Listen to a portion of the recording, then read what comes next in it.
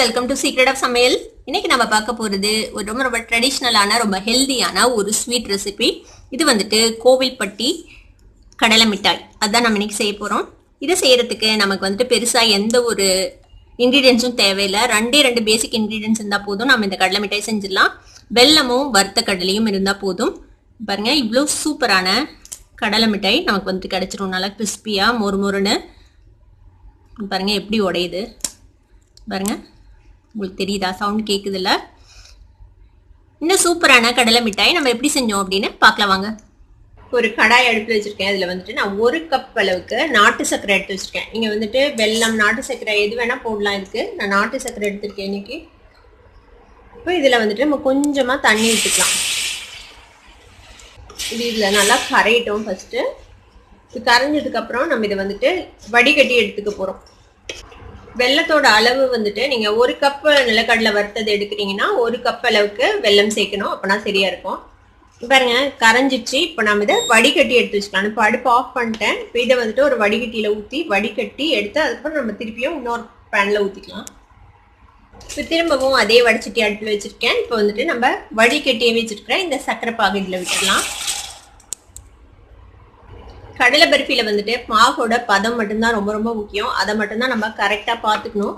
இப்போ இதுல நம்ம கொஞ்சமா ஏலக்காய் பொடி போட்டுக்கலாம். இது வந்து ஆப்ஷனல் தான். நீங்க வந்துட்டு அந்த கடலையோட டேஸ்ட்லயே விட்டுறதுனாலும் விட்டுடலாம், ஒன்றும் பிரச்சனை இல்லை. ஏலக்காய் பொடி போட்டா ஒரு தனி ஸ்மெல் இருக்கும், அதுக்காக போடுறேன். கொஞ்சமா ஒரு 1/4 டீஸ்பூன்.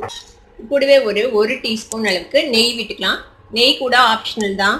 பேசிக்கா இதுக்கு வந்துட்டு வெல்லமும் நிலக்கடலை வறுத்ததும் இருந்ததுன்னா போதும். இது எல்லாமே ஆப்ஷனல் தான். ஜஸ்ட் ஒரு ஆடட் ஃப்ளேவருக்காக நம்ம நெய், ஏலக்காய் பொடி அதெல்லாம் சேர்த்துறோம். இப்போ இது நல்லா மிக்ஸ் பண்ணி விட்டுலாம். இப்போ இது நல்லா கிளறிட்டே இருங்க. இந்த பதம் வந்து எப்போ வருது அப்படின்னு நம்ம செக் பண்ணிக்கலாம். குட்டி கப்பில் வந்துட்டு நீங்கள் கொஞ்சம் தண்ணி ரெடியாக வச்சுக்கோங்க. நம்ம பதம் செக் பண்ணுறதுக்கு ஈஸியாக இருக்கும், அதுக்காக. அதே மாதிரி 1 கப்பு நிலக்கடலை, வறுத்த நிலக்கடலையை வந்துட்டு நான் நல்லா தோல்லாம் நீக்கிட்டு எடுத்து வச்சுருக்கேன். அதையும் ரெடியாக எடுத்து வச்சுக்கோங்க. நொறைய வருது இல்லை? இப்போ நம்ம வந்துட்டு பதம் செக் பண்ணி பார்க்கலாம். இந்த மாதிரி ஒரு கப்பில் கொஞ்சமாக தண்ணி வச்சுக்கோங்க. இதில் ஒரே ஒரு ட்ராப் விட்டு பார்க்கலாம்.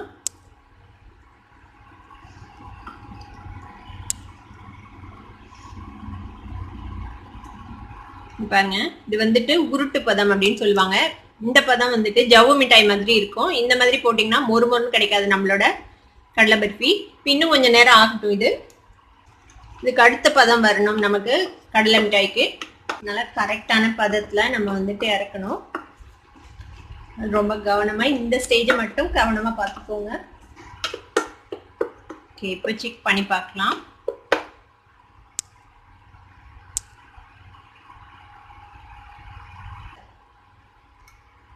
இது வந்துட்டு பிரேக் ஆகுது பாருங்க, இந்த மாதிரி. இதுதான் பதம். இப்போ நம்ம அடுப்பு ஆஃப் பண்ணிடலாம். இப்போ நான் 1 கப் அளவுக்கு வறுத்த நிலக்கடலை தோல் எடுத்து வச்சிருக்கேன். இப்போ அடுப்பு ஆஃப் பண்ணியாச்சு. இதை நல்லா மிக்ஸ் பண்ணி விட்டுலாம்.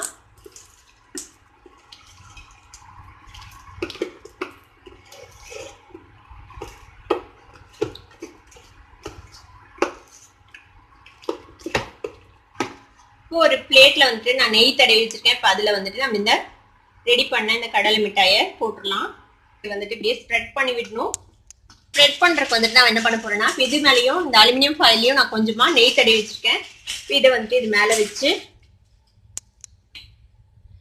இது மாதிரி ஒரு பூரி கட்டை வச்சு நம்ம இதை வந்துட்டு இப்படியே ஃபிளாட் பண்ணி விட்டோம்னா கொஞ்சம் ஈஸியா வந்துட்டு இது வந்து ஸ்ப்ரெட் ஆயிடும்.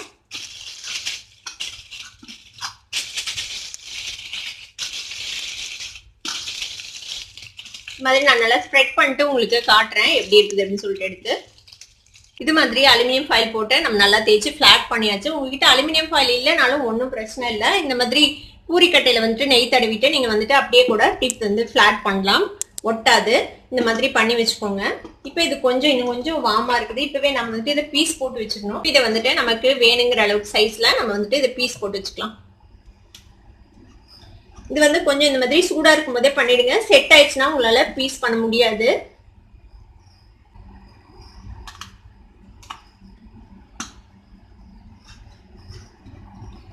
இது மாதிரி ஸ்கொயர் பீசஸா வெட்டி வச்சிடுங்க. இது ஆறுறதுக்கு முன்னாடியே. இப்போ இது இப்படியே ஆறட்டும். ஆறுனதுக்கு அப்புறம் நம்ம இதை வந்துட்டு எடுத்து பார்க்கலாம்.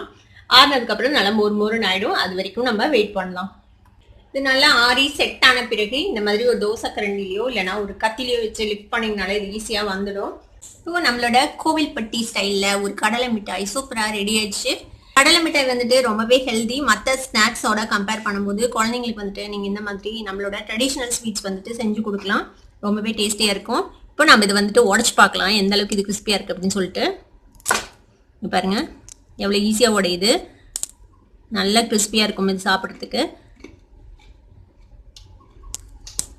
பாருங்க இந்த சூப்பரான கடலை மிட்டாயை நீங்களும் செஞ்சு பாருங்க. செஞ்சு பார்த்துட்டு எப்படி இருந்தது அப்படின்னு எனக்கு கமெண்ட்ஸ்ல ஃபீட்பேக் கொடுங்க. இந்த வீடியோ உங்களுக்கு பிடிச்சிருந்ததுன்னா சப்ஸ்கிரைப் பண்ணுங்க, பக்கத்துல இருக்க பெல் ஐகானை கிளிக் பண்ணுங்க. அப்பதான் என்னோட நோட்டிபிகேஷன்ஸ் உடனே உங்களுக்கு வந்து சேரும். லைக் பண்ணுங்க, ஷேர் பண்ணுங்க. தேங்க்யூ ஃபார் வாட்சிங் வீடியோ வியூவர்ஸ். Bye by.